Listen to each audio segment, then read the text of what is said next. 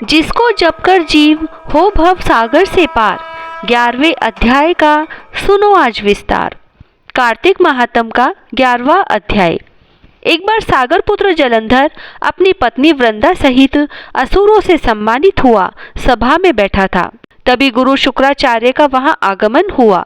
उनके तेज से सभी दिशाएं प्रकाशित हो गई। गुरु शुक्राचार्य को आता देखकर सागर पुत्र जलंधर ने असुरों सहित उठकर बड़े आदर से उन्हें प्रणाम किया। गुरु शुक्राचार्य ने उन सबको आशीर्वाद दिया। फिर जलंधर ने उन्हें एक दिव्य आसन पर बैठाकर स्वयं भी आसन ग्रहण किया। फिर सागर पुत्र जलंधर ने उनसे विनम्रता पूर्वक पूछा, हे गुरुजी, आप हमें यह बताने की कृपा करें कि राहु का सिर किसने काटा था।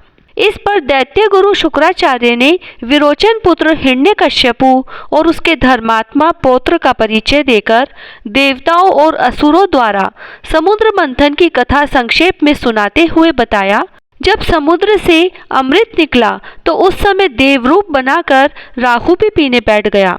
इस पर इंद्र के पक्षपाती भगवान विष्णु ने राहु का सिर काट डाला। अपने गुरु के मुख से इस प्रकार के वचन सुनकर जालंधर के क्रोध की सीमा न रही। उसके नेत्र लाल हो गए। फिर उसने अपने धस्मर नामक दूत को बुलाया और उसे शुक्राचार्य द्वारा सुनाया गया वृत्तांत सुनाया। तत्पश्चात उसने धस्मर को आज्ञा दी कि तुम शीघ्र ही इंद्रपुरी में जाकर इंद्र को मेरी शरण में ले आओ। धस्मर जलंधर का बहुत ही आज्ञाकारी एवं निपुण दूत था। वह जल्द ही इंद्र की सुधर्मा नामक सभा में जा पहुंचा और जलंधर के शब्दों में इंद्र से बोला, हे देवता धाम, तुमने समुद्र का मंथन क्यों किया और मेरे पिता के समस्त रत्नों को क्यों ले लिया? ऐसा करके तुमने अच्छा नहीं किया।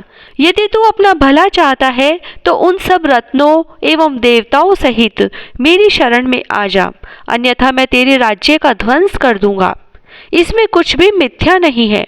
इंद्र बहुत विस्मित हुआ और कहने लगा, पहले मेरे भय से सागर ने सब पर्वतों को अपनी कुक्षी में क्यों स्थान दिया और उसने मेरे शत्रु दैत्यों की क्यों रक्षा की? इसी कारण मैंने उनके सब रत्न हरण किए हैं। मेरा द्रोही सुखी नहीं रह सकता, इसमें संदेह नहीं है। इंद्र की ऐसी बात सुनकर वह दूत शीघ्र ही जालंधर के पास आया और सब बातें कह सुनाई। उसे सुनते ही वह दैत्य मारे क्रोध के अपने ओष्ठ फड़फड़ाने लगा और देवताओं पर विजय प्राप्त करने के लिए उसने उद्योग आरंभ किया। फिर तो सब दिशाओं और पाताल से करोड़ों करोड़ों दैत्य उसके पास आने लगे। शुंभ निशुंभ आदि करोड़ों सेनापतियों के साथ जलंधर इंद्र से युद्ध करने लगा। शीघ्र ही इंद्र के नंदन वन में उसने अपनी सेना उतार दी। वीरों की शंख ध्वनि और गर्जना से इंद्रपुरी गूंज उठी। अमरावती छोड़ देवता उससे युद्ध करने चले। भयानक मारकाट हुई। असुरों के गुरु आचार्य शुक्र अपनी मृत संजीवनी विद्या से और देवगुरु बृहस्पति द्रोणागिरी से औषधि लाकर जिलाते रहे। इस पर जालंधर ने क्रुद्ध होकर कहा कि मेरे हाथ से मरे हुए देवता जी कैसे जाते हैं? जिलाने वाली विद्या तो केवल आपके पास है। इस पर शुक्राचार्य ने देवगुरु द्वारा द्रोणाचार्य से औषधि लाकर देवताओं को जिलाने की बात कह दी। यह सुनकर जालंधर और भी कुपित हो गया।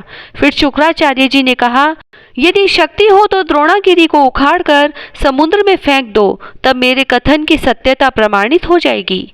इस पर जालंधर कुपित होकर जल्द ही द्रोणागिरी पर्वत के पास पहुंचा और अपनी भुजाओं से पकड़कर द्रोणागिरी पर्वत को उखाड़कर समुद्र में फेंक दिया। और यह तो भगवान शंकर का तेज था, इसमें जालंधर की कोई विचित्रता नहीं थी। तत्पश्चात यह सागर पुत्र युद्ध भूमि में आकर बड़े तीव्र गति से देवताओं का संहार करने लगे। जब द्रोणाचार्य जी औषधि लेने गए तो द्रोणाचल को उखड़ा हुआ शून्य पाया। वह भयभीत हो देवताओं के पास आए और कहा कि युद्ध बंद कर दो, जालंधर को अब नहीं जीत सकोगे। पहले इंद्र ने शिवजी का अपमान किया था।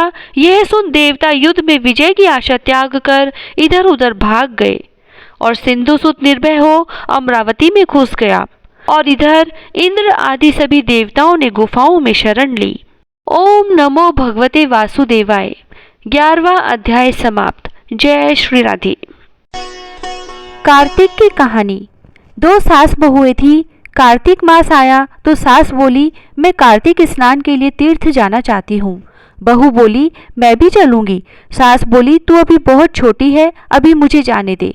सासू तीर्थ गई तो बहू कुम्हार के से 35 कुंडे ले आई। रोज एक कुंडा भर कर रखती। उधर गंगा में सासू जी की नथ गिर गई। बहू कुंडे में नहाती हुई बोली, सासू नहावे उंडे, मैं नहाऊं कुंडे। इतने में गंगा की धारा कुंडे में आ गई, साथ में सासू जी की नथ भी आ गई। बहू ने नथ पहचान ली और अपनी नाक में पहन ली। महीना पूरा हुआ, सासू जी आई, बहू सामे लेने लगी तो सास नथ देखकर बोली कि तू यह कहाँ से लाई? तो बहू बोली, यह तो मेरे कुंडे में गंगा की धारा के साथ आ गई। पर सास ने कुछ ध्यान नहीं दिया। फिर सास बोली कि मुझे ब्राह्मण भोज करना है। तो बहू बोली कि सासू जी 2 ब्राह्मण मेरे भी जिमा दो, मैंने भी कार्तिक स्नान किया है।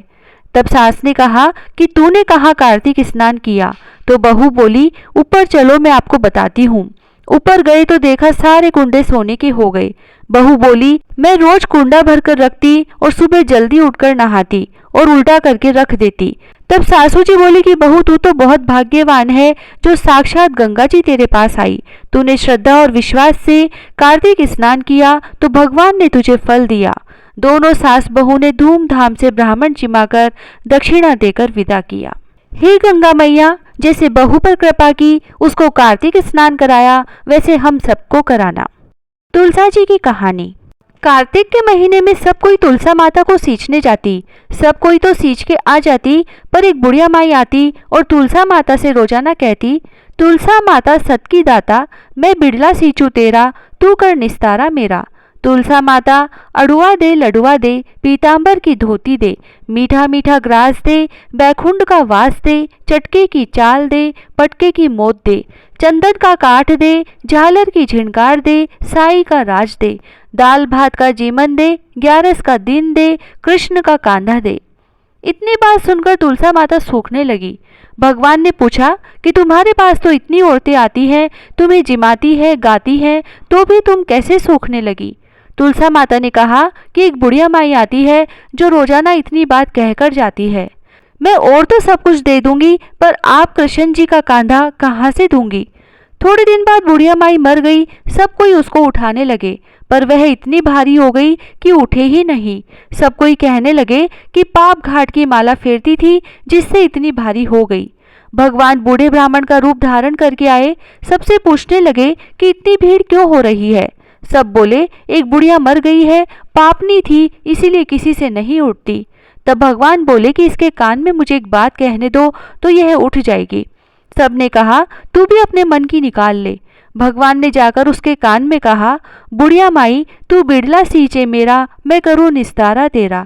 बुढ़िया माई अड़ुआ ले, गड़ुआ ले, पीतांबर की धोती ले, पटके की मोत ले, मीठा मीठा ग्रास ले, बैकुंठ का वास ले, चटके की चाल ले, चंदन का काठ ले, झालर की झिनकार ले, साई का राज ले, दाल भात का जीमन ले, कृष्ण का कांधा ले। इतना सुनते ही बुढ़िया माई हल्की हो गई। भगवान उसे कांधे पर ले गए और उसकी मुक्ति हो गई। हे तुलसा माता, जैसा उसकी मुक्ति करी ऐसा हमारी करियो, जैसा उसको कांधा दिया वैसे सबको दियो। लपसी तपसी की कहानी। एक लपसी था, एक तपसी था। तपसी तो भगवान की तपस्या करता। लपसी रोजाना 1.25 सेर का हलवा बनाकर भगवान को भोग लगाकर टाली हिलाकर जीम लेता। एक दिन दोनों में झगड़ा हो गया।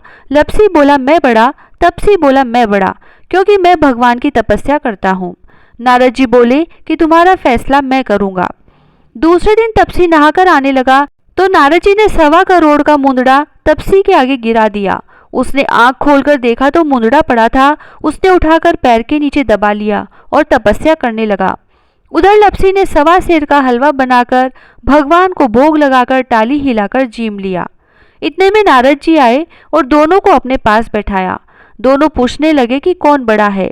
नारद जी ने तपसी से कहा कि अपना पांव हटा। पांव हटाते ही मुंदड़ा निकला। तब नारद जी बोले कि मुंदड़ा चुराने से तेरी तपस्या भंग हो गई है, इसीलिए लपसी बड़ा है। तपसी कहने लगा कि मुझे मेरी तपस्या का फल कैसे मिलेगा? नारद जी बोले कि तेरी तपस्या का फल कार्तिक नहाने वाली देंगी। सब कहानी कहकर तेरी कहानी नहीं कहेंगी तो कार्तिक का फल तुझे हो जाएगा। धोती देकर अंगोछा नहीं देंगी, सीधा देकर दक्षिणा नहीं देंगी, ब्राह्मण जिमाकर दक्षिणा नहीं देंगी, दीवा चास कर हाथ न जोड़े तो तेरा पुण्य होगा। कपड़ा दे के बटन न लगावे, दाहिने हाथ नाड़ा बांधे तो सबका फल तुम्हें हो जाएगा। और इतना कहकर नारद जी चले गए। लपसी को फल लपसी ने हो जो, तपसी को फल तपसी ने हो जो, माँ की कथा कहानी को फल माँ ने हो जो। पीपल पतवारी की कहानी।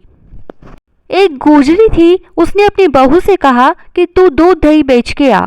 वह बेचने गई तो रास्ते में औरतें पीपल पतवारी सींच रही थी। उनको सींचता देखकर बहू ने पूछा कि तुम यह क्या कर रही हो।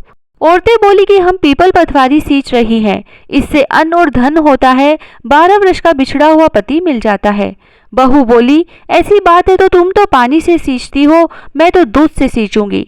अब तो गुजरी बहू रोजाना दूध दही बेचने ही नहीं जाती, वह रोजाना दूध तो पीपल में और दही पतवारी में सींचती। सास दूध दही का दाम मांगती तो कह देती कि महीना पूरा हो जाने पर दे दूंगी। कार्तिक का महीना पूरा हो गया, पूनम का दिन आया। बहू पीपल पतवारी के पास जाकर बैठ गई। पतवारी ने पूछा कि तुम मेरे पास क्यों बैठ गई। तब बहू बोली कि सासू दूध दही का दाम मांगेगी। पीपल पतवारी बोली कि मेरे पास क्या दाम रखा है, ये भरा डिंडा पान पतुरा है, इसको ले जा।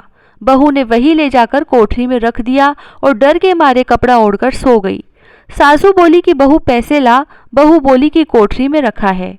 सासू ने कोठरी खोल के देखी तो हीरा मोती जगमगा रहे हैं। सासू बोली कि बहू इतना धन कहाँ से लाई। बहू ने आकर देखा तो सच्ची में ही धन भरा हुआ है। बहू ने सासू को सारी बात बता दी। सास ने कहा कि अब की कार्तिक में मैं भी पतवारी सींचूंगी। कार्तिक आया, सास दूध दही तो बेचकर आ जाती और हांडी धोकर पीपल पतवारी में चढ़ा देती। आकर बहू से कहती कि मेरे से दाम मांग। तब बहू कहती, सासू जी कोई बहू भी दाम मांगती है क्या। पर सासू कहती कि तू मांग।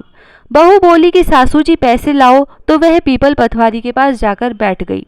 पीपल पतवारी ने सासू को भी पान पतूरा भरा डिंडा दे दिया। उसने वही ले जाकर कोठरी में रख दिया। बहू ने खोलकर देखा तो उसमें कीड़े मकोड़े बिलबिला रहे हैं। बहू ने कहा, सासू जी यह क्या है। तब सास ने आकर देखा और बोलने लगी कि पीपल पतवारी तो बड़ी दोगली पटपीटन है, इसको तो धन दिया और मुझको कीड़ा मकोड़ा दिया। तब सब कोई बोलने लगे कि बहू तो सत की भूखी सींचे थी, तुम धन की भूखी सींची। हे पतवारी माता, जैसा बहू को दिया वैसा सबको देना, जैसा सास को दिया वैसा किसी को मत देना। विनायक जी की कहानी। एक बुढ़िया माई थी, वह मिट्टी के गणेश जी की पूजा करती थी। वह मिट्टी के गणेश जी रोज बनाती, रोज गल जाते। सामने एक सेठ का मकान बन रहा था तो वह वहां जाकर बोली कि पत्थर का गणेश बना दो। मिस्त्री बोले, जितने में हम तेरा पत्थर का गणेश गढ़ेंगे उतने में अपनी दीवार न चीनेंगे। बुढ़िया बोली कि राम करे तुम्हारी दीवार टेढ़ी हो जाए। अब उनकी दीवार टेढ़ी हो गई। वो बनावे और ढा देवे, बनावे और ढा देवे। इस तरह करते करते शाम हो गई। शाम को सेठ आया और उसने कहा, आज कुछ भी काम नहीं किया। तो मिस्त्री कहने लगे कि एक बुढ़िया आई थी, वो कह रही थी कि मेरा पत्थर का गणेश गढ़ दो। हमने नहीं गढ़ा तो उसने कहा कि तुम्हारी दीवार टेढ़ी हो जाए, जब से दीवार सीधी ही नहीं बन रही। सेठ ने बुढ़िया को बुलवाया और कहा कि हम तुझे सोने का गणेश मढ़ देंगे, हमारी दीवार सीधी कर दो। सेठ ने बुढ़िया को सोने का गणेश मंडवा दिया और सेठ जी की दीवार सीधी हो गई। हे विनायक जी महाराज, जैसे सेठ की दीवार सीधी करी वैसे सबकी करना। कहता न सुनता न हुकारा भरता ने सारे परिवार की रक्षा करना। हे कार्तिक महाराज, सबकी मनोकामनाएं पूरी करना, सबकी रक्षा करना। जय श्री राधे। तुलसी महारानी नमो नमो, हर की पटरानी नमो नमो। तुलसी महारानी नमो नमो, हर की पटरानी नमो नमो। धन तुलसी पूरण तप की नो, शालिग्राम बनी पटरानी नमो नमो। तुलसी महारानी नमो नमो। जाके पत्र मंजरी कोमल, श्रीपति कमल चरण लपटानी नमो नमो। तुलसी महारानी नमो नमो, हर की पटरानी नमो नमो। कौन से महीने बोई रानी तुलसा, कौन से महीने हुई हरियाली नमो नमो। तुलसी महारानी नमो नमो। कौन से महीने हुई तेरी पूजा, कौन से महीने हुई पटरानी नमो नमो। तुलसी महारानी नमो नमो। आषाढ़ मास बोई रानी तुलसा, सावन मास हुई हरियाली। नमो नमो तुलसी महारानी, नमो नमो। कार्तिक मास में हुई तेरी पूजा, मंगसिर मास हुई पटरानी। नमो नमो तुलसी महारानी, नमो नमो। धूप दीप नैवेद्य आरती, पुष्पन की वर्षा बरसानी। नमो नमो तुलसी महारानी, नमो नमो। 56 भोग 3600 व्यंजन, बिन तुलसा हरि एक न मानी। नमो नमो तुलसी महारानी, नमो नमो। जो तुलसी को सवेरे गाए, श्री कृष्ण के दर्शन पाए। नमो नमो तुलसी महारानी, नमो नमो। जो तुलसी को दोपहर में गाए, खीर खांड का भोग लगाए। नमो नमो तुलसी महारानी, नमो नमो। जो तुलसी को सांझ में गाए, श्री कृष्ण की आरती उतारे। नमो नमो तुलसी महारानी, नमो नमो। जो तुलसी को रात में गाए, श्री कृष्ण के चरण दबाए। नमो नमो तुलसी महारानी, नमो नमो। सभी सखी मैया तेरो यश गावे, भक्ति दान दीजिए महारानी। नमो नमो तुलसी महारानी, नमो नमो। तुलसी महारानी, नमो नमो। हरि की पटरानी, नमो नमो।